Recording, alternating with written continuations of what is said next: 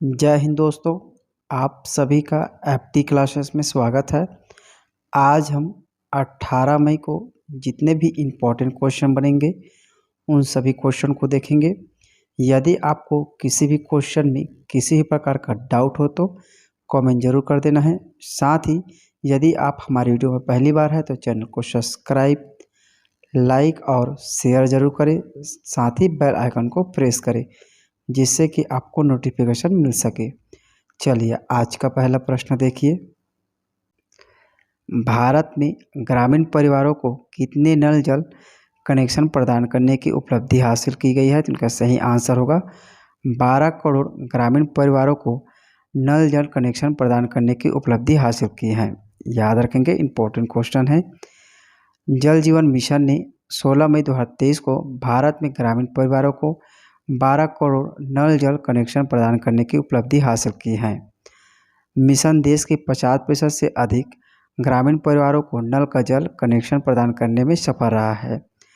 2024 तक सभी ग्रामीण परिवारों को नल का जल कनेक्शन प्रदान करने के लिए 2019 में मिशन शुरू किया गया था। याद रखेंगे, इसे 2019 से शुरू किया गया है और इनका लक्ष्य 2024 तक है नल जल कनेक्शन उपलब्ध कराने के लिए। यह देश के सभी ग्रामीण परिवारों को सुरक्षित और पर्याप्त पेयजल उपलब्ध कराने के लिए सरकार द्वारा शुरू की गई एक पहल है। इसे 15 अगस्त 2019 को लॉन्च किया गया था और इसका उद्देश्य 2024 तक प्रत्येक ग्रामीण घर में पाइप से जल आपूर्ति सुनिश्चित करना है। याद रखेंगे, 15 अगस्त 2019 से इसे लॉन्च किया गया है। नेक्स्ट क्वेश्चन देखिए।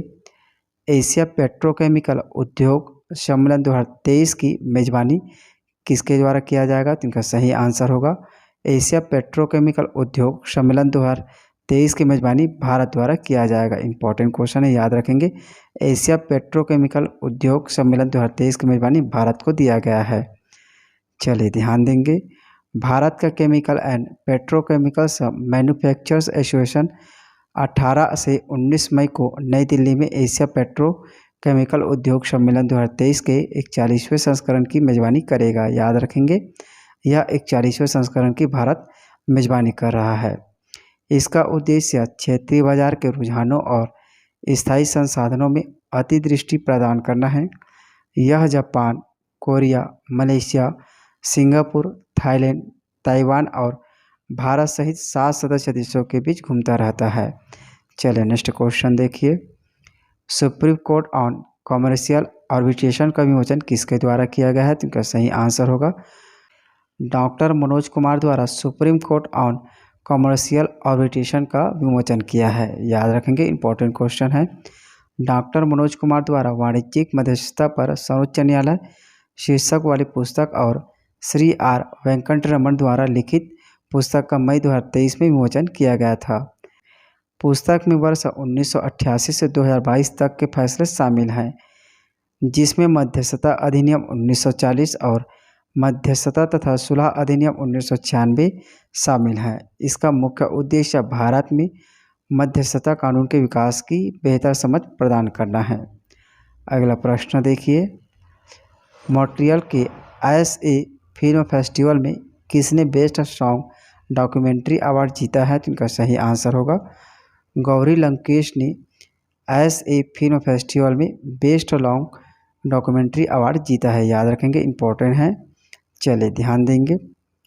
कविता लंकेश द्वारा निर्देशित डॉक्यूमेंट्री गौरी को मॉन्ट्रियल 2023 के साउथ एशियन फिल्म फेस्टिवल में बेस्ट लॉन्ग डॉक्यूमेंट्री अवार्ड मिला है।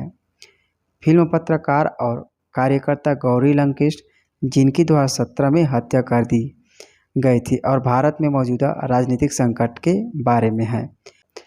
मॉन्ट्रियल में coverage centre for arts and culture ने मॉन्ट्रियल के 13वें दक्षिण एशियाई फिल्म महोत्सव का आयोजन किया है। याद रखेंगे, इंपॉर्टेंट क्वेश्चन है। चलिए नेक्स्ट क्वेश्चन देखिए। विश्व दूरसंचार दिवस कब मनाया जाता है? तो इनका सही आंसर होगा हर साल विश्व दूरसंचार दिवस 17 मई को मनाया जाता है। याद रखेंगे, इंपॉर्टेंट डेट है। चलिए ध्यान देंगे। विश्व दूरसंचार दिवस हर साल 17 मई को मनाया जाता है। यह अंतर्राष्ट्रीय दूरसंचार संघ की स्थापना का प्रतीक है। जब 1865 में पेरिस में पहले अंतर्राष्ट्रीय टेलीग्राफ कन्वेंशन पर हस्ताक्षर किए गए थे। यह 1969 से प्रतिवर्ष 17 मई को मनाया जाता है। ITU दिवस 2023 का विषय है सूचना और संचार प्रौद्योगिकियों के माध्यम से सबसे कम विकसित देशों को सशक्त बनाना है। चलिए नेक्स्ट क्वेश्चन देखिए।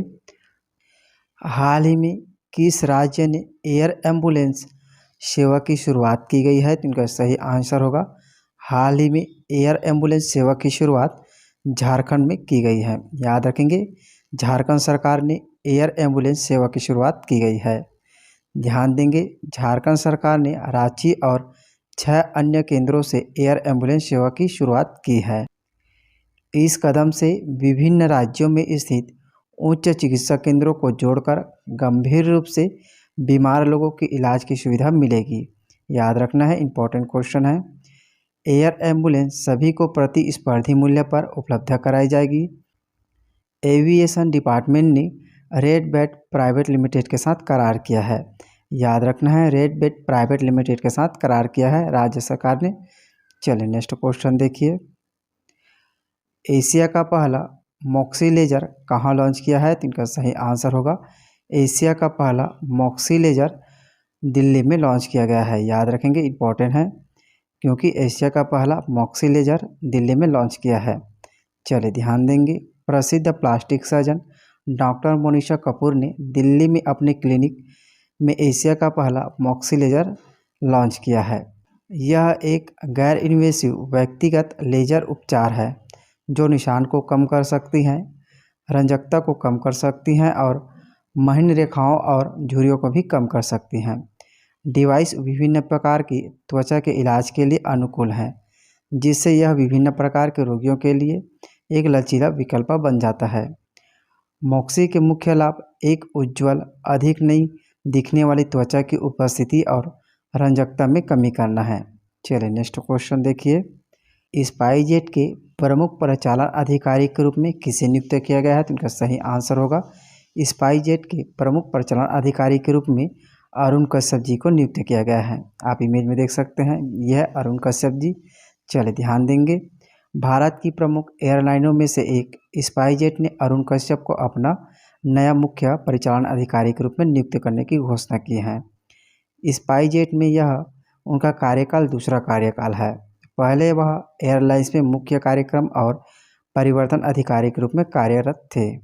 उन्होंने पहले fly Dubai, jet Airways, Oman Airways के साथ भी काम किया है।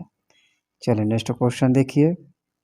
हुंडई फिल्म फेयर अवार्ड के कितने संस्करण की घोषणा की गई है? तो इनका सही आंसर होगा 68वें फिल्म फेयर की घोषणा की गई है। याद रखेंगे, हुंडई फिल्म फेयर अवार्ड के 68वें संस्करण की घोषणा की है।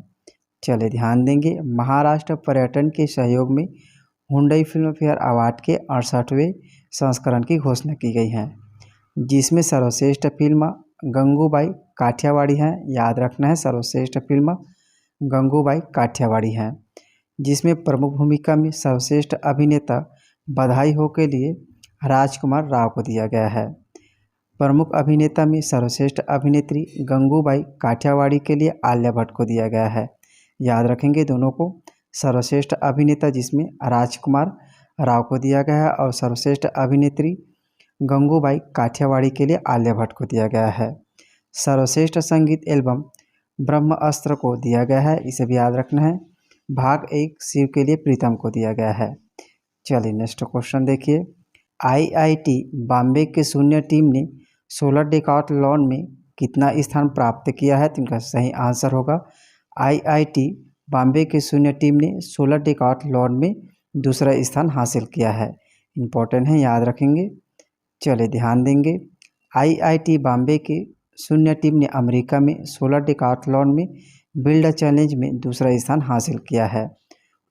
उन्होंने मुंबई की गर्म और आर्द्र जलवायु में वायु गुणवत्ता में चुनौतियों का समाधान करने के लिए डिजाइन किए गए अपने अभिनव शून्य ऊर्जा हाउस के लिए पुरस्कार दिया गया है। याद रखेंगे, शून्य ऊर्जा हाउस के लिए यह पुरस्कार दिया गया है। यह दुनिया भर की 32 टीमों में से इस प्रतियोगिता में भारत का प्रतिनिधित्व करने वाली एकमात्र टीम थी। चलिए नेक्स्ट क्वेश्चन देखिए।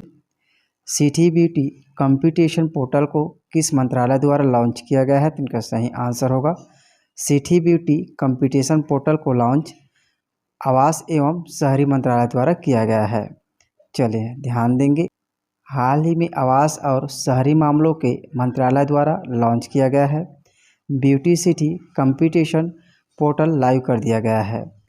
देश भर के शहरी स्थानीय निकाय जिसमें www.citybeautycompetition.in पर एक ऑनलाइन प्रक्रिया के माध्यम से प्रतियोगिता में भाग ले सकते हैं।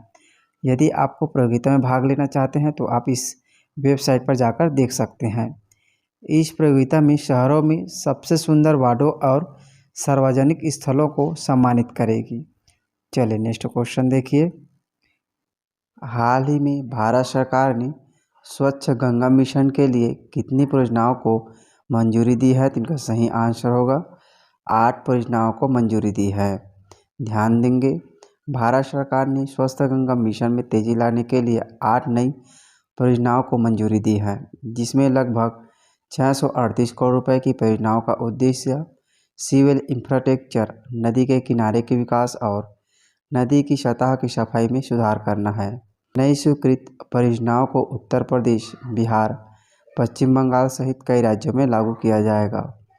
चलिए अगला प्रश्न है, 2023 पुरुषों की हॉकी एशियन चैंपियनशिप ट्रॉफी की मेजबानी किस राज्य को दिया गया है? तो इनका सही आंसर होगा तमिलनाडु राज्य को दिया गया है। याद रखेंगे, 2023 पुरुषों की हॉकी एशियन चैंपियनशिप ट्रॉफी की मेजबानी तमिलनाडु राज्य को दिया गया है।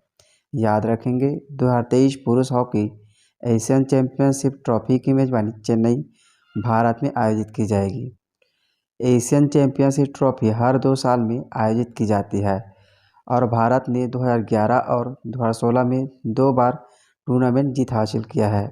चलिए नेक्स्ट क्वेश्चन देखिए, हाल ही में दुनिया के सबसे अधिक आबादी वाले देश के रूप में किसे शामिल किया गया है? तो इनका सही आंसर होगा भारत को दुनिया के सबसे अधिक आबादी वालों के देशों में शामिल किया गया है।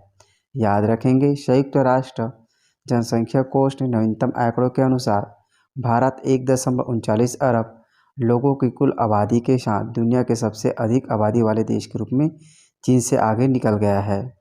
संयुक्त राष्ट्र जनसंख्या कोष की the state of world population report 2023 में भारत की जनसंख्या 1428.6 मिलियन है। याद रखेंगे, जबकि चीन की जनसंख्या 1425.7 मिलियन है। दोनों को याद रखना है, इंपॉर्टेंट है। चलिए नेक्स्ट क्वेश्चन, पिछले वीडियो में हमने आपसे प्रश्न पूछा था कि टाइम मैगजीन के कवर पर किस अभिनेत्री को चित्रित किया गया है? तो इनका सही आंसर होगा दीपिका पादुकोण के चित्र को टाइम मैगजीन के कवर पर चित्रित किया गया है। अब आपके लिए आज का प्रश्न है, डेटा गवर्नेंस क्वालिटी इंडेक्स 2023 में दूसरे स्थान पर किस मंत्रालय को दिया गया है? तो इनका सही आंसर आप कमेंट बॉक्स में जरूर दीजिए। चलिए मिलते हैं अगले वीडियो में। जय हिंद।